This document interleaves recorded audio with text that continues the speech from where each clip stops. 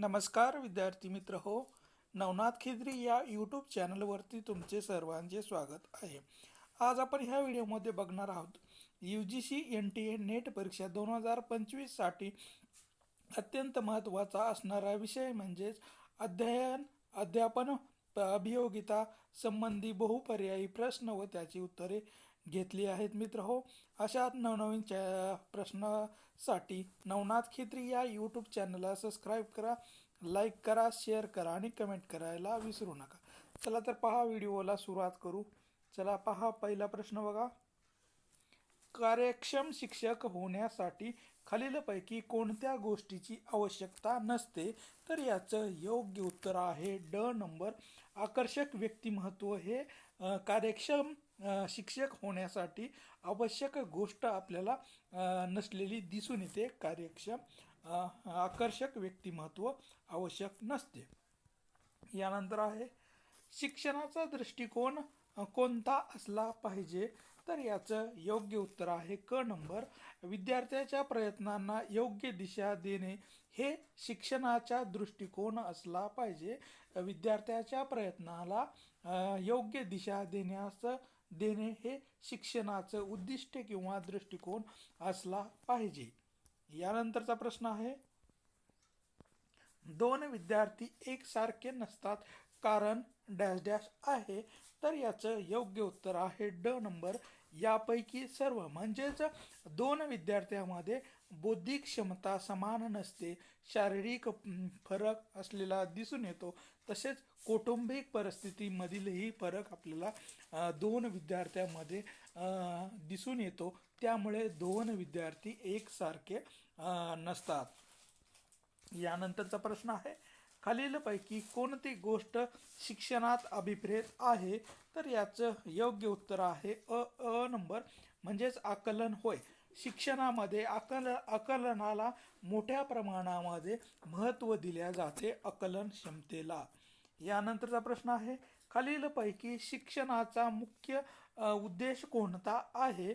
तर याचं योग्य उत्तर आहे ब नंबर, विद्यार्थ्याची विचार करण्याची क्षमता वाढविणे हे शिक्षणाचं प्रमुख उद्दिष्ट असलं पाहिजे. विद्यार्थ्याची विचार करण्याची क्षमता विकसित करणे किंवा वाढविणे हे शिक्षणाचे प्रमुख ध्येय किंवा उद्दिष्ट असलं पाहिजे. यानंतरचा प्रश्न आहे, वर्गात फळ्याचा वापर केल्यामुळे डॅश डॅश होतो. तर याचं योग्य उत्तर आहे ड नंबर, विद्यार्थ्यांना दृश्य प्रतिमा निर्माण करण्यास मदत होते. म्हणजेच वर्गात फळ्याचा वापर केल्यामुळे विद्यार्थ्यांना दृश्य प्रतिमाचा निर्माण करण्यास मदत होते किंवा लवकर आकलन क्षमता होण्यास मदत होते. यानंतरचा प्रश्न आहे, मूल्यमापन प्रक्रियेच्या संदर्भात खालीलपैकी कोणते विधान यथार्थ आहे? म्हणजेच बरोबर असलेलं आपल्याला विधान सांगायचं आहे. तर याचं योग्य उत्तर आहे ब नंबर, विद्यार्थ्याला प्रत्याभरण करणे हे आपल्याला मूल्यमापन प्रक्रियेतील सर्वात महत्त्वाचं विधान असलेलं दिसून येतं. विद्यार्थ्याला प्रत्याभरण म्हणजे की विद्यार्थ्याच्या प्रश्नाला उत्तर देणे हे आवश्यक आहे. यानंतरचा प्रश्न आहे, प्रभावी अध्यापनास उपयुक्त असणारे घटक कोणते आहेत? तर याचं योग्य उत्तर आहे अ नंबर, विद्यार्थीची प्रेरणा आणि सक्रिय सहभाग असणं आवश्यक असते. म्हणजे की प्रभावी अध्ययन करण्यासाठी विद्यार्थ्यांनी प्रेरणा आणि सक्रिय असणं आवश्यक असतं. यानंतरचा प्रश्न आहे, शिक्षकाने सहकार्याने अध्ययन करण्यासाठी अध्ययन साहित्याबरोबरच संधी उपलब्ध करून दिली जाते. कारण काय आहे? तर याचं योग्य उत्तर आहे ब नंबर, विद्यार्थी आपल्या अनुभवाच्या व तज्ज्ञाच्या देवाणघेवाणीतून शिकण्यासाठी प्रवृत्त होत असतो. त्यामुळे शिक्षकाने सहकार्याच्या मदतीने अध्ययन करणं आवश्यक असतं. यानंतरचा प्रश्न आहे, खालीलपैकी कोणती शिक्षण पद्धती चांगली आहे? तर याचं योग्य उत्तर आहे ब नंबर, चर्चासत्र आणि प्रकल्पाचे आयोजन करणे ही शिक्षण क्षेत्रामध्ये सर्वात चांगली आपल्याला अध्यापन पद्धती सांगता येईल. चर्चासत्र आणि प्रकल्पाचे आयोजन करणे ही शिक्षण पद्धती चांगली आहे. यानंतर आहे, असाच शिक्षक सुखी होतो की जो डॅश डॅश असतो. तर याचं योग्य उत्तर आहे ड नंबर. अध्यापन सौभाग्य समजतो. अध्यापन हेच सौभाग्य आहे असा जो शिक्षक समजतो तो खरा सुखी असलेला आपल्याला दिसून येतो. अध्यापन हेच सौभाग्य आहे असा मानणारा शिक्षक हा नेहमी सुखी असतो. यानंतरचा प्रश्न आहे, असा शिक्षक यशस्वी मानला जातो की. तर याचं योग्य उत्तर आहे ब नंबर. जो कर्तव्यपरायण आहे असा शिक्षक हा यशस्वी मानला जातो. म्हणजेच आपले कर्तव्य अगोदर पार पाडवणे हे शिक्षकाचं अर्ध कर्तव्य असलं पाहिजे आणि जो हा शिक्षक पार पाडतो त्यालाच खरा यशस्वी शिक्षक मानल्या जाते. यानंतरचा प्रश्न आहे, विद्यार्थी आदर्श शिक्षक त्यालाच मानतो जो शिक्षक डॅश डॅश असतो. तर याचं योग्य उत्तर आहे ड नंबर. विषयाशी संबंधित अडचणी दूर करतो अशाच शिक्षकाला विद्यार्थी आदर्श शिक्षक मानतात. विद्यार्थ्याच्या अडचणी दूर करणारा शिक्षकालाच आदर्श शिक्षक म्हटल्या जाते. यानंतर आहे, अध्यापन प्रभावी करण्यासाठी शिक्षकाला ज्या गोष्टी कराव्या लागतात त्याला डॅश डॅश असं म्हटल्या जाते. तर याचं योग्य उत्तर आहे अ नंबर. त्यालाच अध्यापन कौशल्य असं म्हटले जाते. शिक्षक आपल्या अध्यापन कौशल्याचा वापर करून आपल्या अध्यापन प्रक्रियेसाठी वापर करत असतो. अध्यापन कौशल्य होय. यानंतर आहे, शिक्षक शैक्षणिक सुविधाचा वापर कोणत्या कारणासाठी करतो. तर याचं योग्य उत्तर आहे ब नंबर. शिकविलेले विद्यार्थ्याला समजावे यासाठी शिक्षक हा शैक्षणिक सुविधाचा उपयोग करताना दिसून येतो किंवा शैक्षणिक साहित्याचा वापर विद्यार्थ्यांना समजण्यासाठी केला जातो. यानंतर आहे, एखादा विद्यार्थी आपली मनोवैज्ञानिक समस्या घेऊन शिक्षकाकडे आला तर त्या शिक्षकाने काय करावे. तर याचं योग्य उत्तर आहे ड नंबर. समुपदेशकाची मदत घेण्यासाठी त्याला योग्य ते मार्गदर्शन करावे असं त्या शिक्षकाने केलं पाहिजे. म्हणजेच एखाद्या विद्यार्थ्याने आपली मनोवैज्ञानिक समस्या शिक्षकाकडे मांडले तर शिक्षकाने समुपदेशकाची मदत घेऊन त्याला योग्य मार्गदर्शन केले पाहिजे. यानंतर आहे, आपल्या समाजात शिक्षकी पेशा आदरणीय समजला जातो. याचं कारण काय आहे. तर याचं उत्तर आहे ड नंबर. राष्ट्रीय उद्दिष्टे साध्य करण्यासाठी शिक्षक महत्त्वाची भूमिका पार पाडत असल्यामुळे किंवा आपली भूमिका बजावत असल्यामुळे समाजात शिक्षकी पेशा हा आदरणीय मानला जातो. होय. यानंतरचा प्रश्न आहे, परिणामकारक शिक्षक होण्याकरिता खालीलपैकी कोणती बाब आवश्यक आहे. तर याचं योग्य उत्तर आहे अ नंबर. विद्यार्थ्याचे अवधान खेचून घेणे व टिकवून धरण्याचे कौशल्य असणाऱ्या शिक्षकालाच आपण आवश्यक किंवा शिक्षक असं म्हणतो. यानंतरचा प्रश्न आहे, ज्ञान प्रक्रिया सुलभ करणारा ही शिक्षकाची भूमिका स्पष्ट करण्यासाठी खालीलपैकी कोणता उपमा योग्य आहे. तर याचं योग्य उत्तर आहे अ नंबर. स्वीन हा उपमा शिक्षकाला दिल्या जाते. म्हणजेच ज्ञानाची प्रक्रिया सुलभ करण्यासाठी शिक्षक हे स्वीनीची भूमिका पार पाडत असतो. यानंतरचा प्रश्न आहे, शिक्षणाची परिणामकारकता योग्य गोष्टीवर अवलंबून असते. तर याचं योग्य उत्तर आहे ड नंबर. शिक्षकाला मूळ विषयाचे झालेले आकलन हे शिक्षणाच्या प्रक्रियेसाठी किंवा परिणामकारकतेसाठी आवश्यक गोष्टीवर अवलंबून असते. म्हणजेच मूळ विषय त्याला आकलन समजणे आवश्यक असते. यानंतर आहे, शिक्षकाची भूमिका ही सहाय्यकाची आहे खालीलपैकी कोणते विधान ही भूमिका दर्शविते? तर याचं योग्य उत्तर आहे ब नंबर. शिक्षकाने विद्यार्थ्याचे अध्ययन व्हावे यासाठी योग्य परिस्थिती निर्माण करावी, असं शिक्षकाची भूमिका आवश्यक असते किंवा सहाय्यकाची असते. म्हणजे विद्यार्थ्याचे अध्ययन व्हावे यासाठी योग्य परिस्थिती निर्माण करणे ही शिक्षकाची पहिली जबाबदारी असलेली आपल्याला दिसून येते. यानंतरचा प्रश्न आहे, शिक्षकाला समाजात प्रतिष्ठा मिळविण्याचे प्रमुख कारण कोणतं आहे? तर याचं योग्य उत्तर आहे क नंबर. शिक्षक विद्यार्थ्याच्या प्रगतीसाठी प्रयत्नशील आहेत, म्हणून शिक्षकाला समाजामध्ये प्रतिष्ठेचे स्थान मिळत असते किंवा प्रमुख असलेला आपल्याला दिसून येतो. यानंतरचा प्रश्न आहे, आजचा शिक्षक हा डॅश डॅश आहे.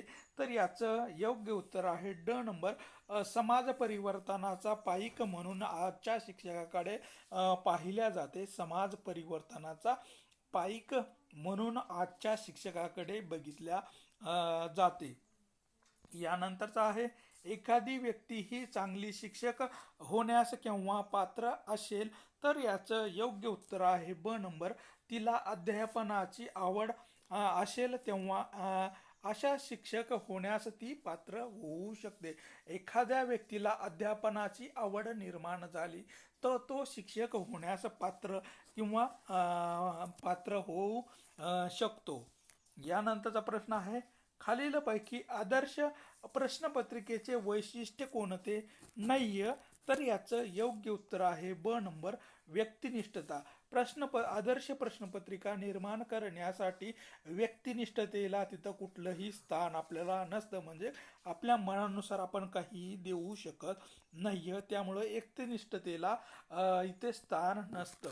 यानंतर आहे, विद्यार्थ्यात स्वयं अनुसंधान कसे वाढवावे? तर याचं योग्य उत्तर आहे ब नंबर.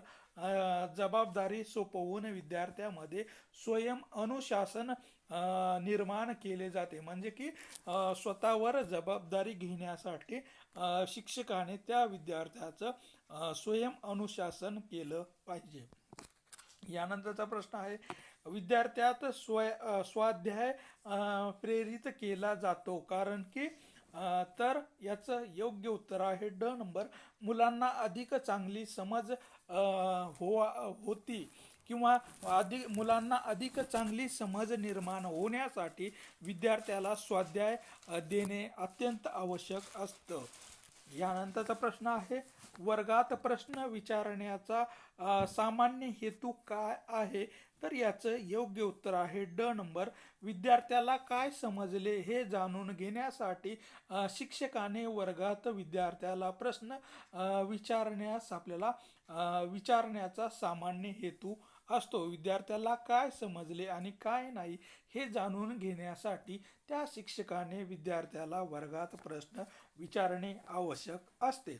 यानंतरचा प्रश्न आहे, विद्यार्थ्यांना परिश्रम करण्याकरिता पुढील उपाय सर्वात चांगले होय? तर याचं योग्य उत्तर आहे अ नंबर.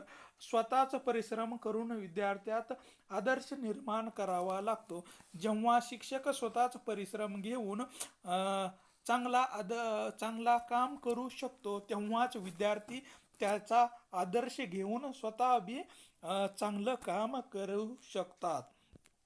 यानंतरचा प्रश्न आहे, विद्यार्थ्यात संयोगाच्या भावनेचा विकास आपण कसा कराल? तर याचं योग्य उत्तर आहे ब नंबर. काही विधायक कार्य करून घेऊन विद्यार्थ्यामध्ये सहयोगाची भावना विकसित शिक्षकाने केली पाहिजे.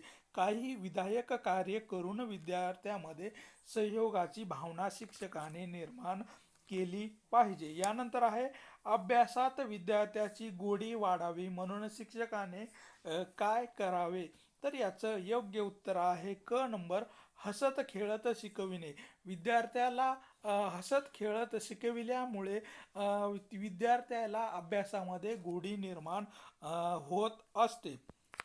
यानंतर आहे, जर काही काळापूर्वी शिकविलेली गोष्ट विद्यार्थ्याला स्मरणात नसेल तर हे गृहीत आहे की डॅश डॅश हे होय. तर याचं योग्य उत्तर आहे अ नंबर, काय शिकले हे त्यास समजले नाहीये. जर एखाद्या विद्यार्थ्याला शिकविलेले असलेले काही काळानंतर स्मरणात राहत नसेल तर याचा गृहीत अर्थ असा होतो की त्याला ते शिकविलेले समजले नाहीये. यानंतरचा प्रश्न आहे, आज अभ्यास कमीत कमी श्रमात करण्याची विद्यार्थ्याची प्रवृत्ती वाढत आहे, त्यावर तुम्ही कोणता उपाय सुचवाल? तर याचं योग्य उत्तर आहे ड नंबर, मुलांना चांगले संस्कार क्षम करण्याकरिता त्यांच्यात प्रवृत्तीचे उत्तरदायित्व कराल ही शिक्षकाची भूमिका असली पाहिजे. यानंतरचा प्रश्न आहे, मुलाच्या पुनरानुभवाच्या आधारावर त्यांना नवीन ज्ञानाकडे नेणे म्हणजेच डॅश डॅश होय. तर याचं योग्य उत्तर आहे ब नंबर, ज्ञानाकडून अज्ञानाकडे जाणे या तत्वाचा इथे उपयोग केला जातो. यानंतर आहे, वर्गात विचारल्या जाणाऱ्या प्रश्नाचा हेतू काय आहे? तर याचं योग्य उत्तर आहे क नंबर, मुलांनी काय ग्रहण केले किंवा काय समजून घेतले हे पाहण्यासाठी विद्यार्थ्याला वर्गामध्ये प्रश्न विचारले जातात. यानंतरचा प्रश्न आहे, विद्यार्थ्यात सामाजिक अभिवृत्ती निर्माण करण्याकरिता पुढील पैकी कोणती पद्धती स्वीकारली जाते? तर याचं योग्य उत्तर आहे क नंबर, सामूहिक प्रक्रिया पद्धतीचा वापर केला जातो. यानंतरचा प्रश्न आहे, मुलावर शिकण्याची जबाबदारी सोपविली तर त्याच्यात डॅश डॅशचा विकास होईल. तर याचं योग्य उत्तर आहे अ नंबर, स्वावलंबनाची भावना विद्यार्थ्यामध्ये विकसित होईल. मुलांना शिकविण्याची जबाबदारी सोपविली तर त्यांच्यामध्ये स्वावलंबनाची भावना निर्माण होत असते. यानंतरचा प्रश्न आहे, काही विद्यार्थी उच्च प्रतीच्या गुणवत्तेचे आहेत, याचा अर्थ असा की डॅश डॅश होय. तर याचं योग्य उत्तर आहे क नंबर, काही विद्यार्थी असे आहेत की जे उच्च प्रतीच्या गुणवत्तेखालचे आहेत. यानंतरचा प्रश्न आहे, आपण आपल्या विद्यार्थ्याची प्रगती कशी जाणून घ्याल? तर याचं योग्य उत्तर आहे क नंबर, त्याची वेळोवेळी चाचणी घेऊन त्याची प्रगती जाणून घेण्याचा प्रयत्न करत असतो. यानंतर आहे, विद्यार्थ्यांना याद्वारे प्रेरित केले जाते. तर याचं योग्य उत्तर आहे, पारितोषिक वितरण करून विद्यार्थ्यांना प्रेरित करण्याची जबाबदारी केली जाते. विद्यार्थ्याला पारितोषिक देऊन त्याच्यात प्रेरणा निर्माण केली जाते. यानंतर आहे, विद्यार्थ्याची सूक्ष्म निरीक्षण शक्ती वाढविण्याकरिता काय करावे? तर याचं योग्य उत्तर आहे ड नंबर, वरील सर्व. म्हणजेच विद्यार्थ्यांना सूक्ष्म निरीक्षणाची प्रक्रिया समजावून सांगणे, सूक्ष्म निरीक्षणावर परिसंवाद घडवून आणणे, तसेच सूक्ष्म निरीक्षणाचे प्रशिक्षण महाविद्यालयामध्ये देणे आवश्यक असते. यामुळे विद्यार्थ्याची सूक्ष्म निरीक्षण शक्ती वाढवण्यास आपल्याला मदत होताना दिसून येते. यानंतरचा प्रश्न आहे, प्रश्नोत्तराचा मुख्य हेतू काय आहे? तर याचं योग्य उत्तर आहे क नंबर, विद्यार्थ्याची जिज्ञासा वाढविणे हे प्रश्न उत्तराची प्रमुख मागणी किंवा प्रमुख हेतू असलेला आपल्याला दिसून येतो. विद्यार्थ्यामधील जिज्ञासा वाढविण्यासाठी प्रश्न उत्तर विचारणं आवश्यक असतं. यानंतर आहे, परिपक्वता, प्रेरणा, अवधान हे घटक डॅश डॅशचे आहेत. तर याचं योग्य उत्तर आहे अ नंबर, विद्यार्थ्याच्या अध्ययनावर परिणाम करत असतात. परिपक्वता, प्रेरणा आणि अवधान हे विद्यार्थ्याच्या अध्ययनावर परिणाम करणारे घटक असलेले आपल्याला दिसून येतात. यानंतर आहे, खालीलपैकी कोणत्या परिस्थितीमध्ये विद्यार्थ्याचा सहभाग वाढेल? तर याचं योग्य उत्तर आहे ड, विद्यार्थ्यांनी विचारलेले प्रश्न यामुळे विद्यार्थी आपल्याला सहभागी होताना दिसून येते. म्हणजे की जेव्हा शिक्षक शिकवित असताना विद्यार्थ्यांना प्रश्न विचारतो त्यावेळेस त्या प्रक्रियेमध्ये विद्यार्थी सहभागी होताना दिसून येतात. यानंतरचा प्रश्न आहे, तुम्ही सर्व वर्गात प्रश्न विचारले त्याचे उत्तर विद्यार्थ्याकडून मिळाले नाही, यात तुमच्या मते खालीलपैकी कोणतं कारण असावं? तर याचं योग्य उत्तर आहे ब नंबर, विद्यार्थ्यांना चर्चा केल्याने विषयाचे आकलन झालेले नाही, असं असलं आपल्याला यामधून लक्षात आलेलं दिसून येतं. यानंतर आहे, वर्गात प्रश्न विचारल्याने डॅश डॅश निर्माण होतो. तर याचं योग्य उत्तर आहे, शिक्षक विद्यार्थ्यांना सहभागी होण्याची संधी निर्माण होताना दिसून येते. म्हणजे की या ठिकाणी दोघांनाही बोलण्याची संधी निर्माण होते. यानंतर आहे, शैक्षणिकदृष्ट्या कमकुवत विद्यार्थ्याकडे विशेष लक्ष पुरविण्यासाठी तुम्ही कोणता उपाय योजाल? तर याचं योग्य उत्तर आहे ब नंबर, अशा विद्यार्थ्यांना स्वाध्याय देऊन त्यांच्यामध्ये हुशारपणा किंवा शैक्षणिक कमकुवतता कमी करण्यासाठी त्यांना अधिकचा गृहपाठ दिला जातो. यानंतर आहे, विद्यार्थ्यांना स्वयं अध्ययनासाठी प्रेरित केले पाहिजे. विद्यार्थ्यांना स्वयं अध्ययनाची संधी उपलब्ध करून देण्यासाठी कोणता मार्ग वापरता येईल? तर याचं योग्य उत्तर आहे, व्याख्यानात विविध संदर्भ ग्रंथाचा उल्लेख करून विद्यार्थ्यांमध्ये स्वयं अध्ययनाची संधी उपलब्ध करून दिली पाहिजे.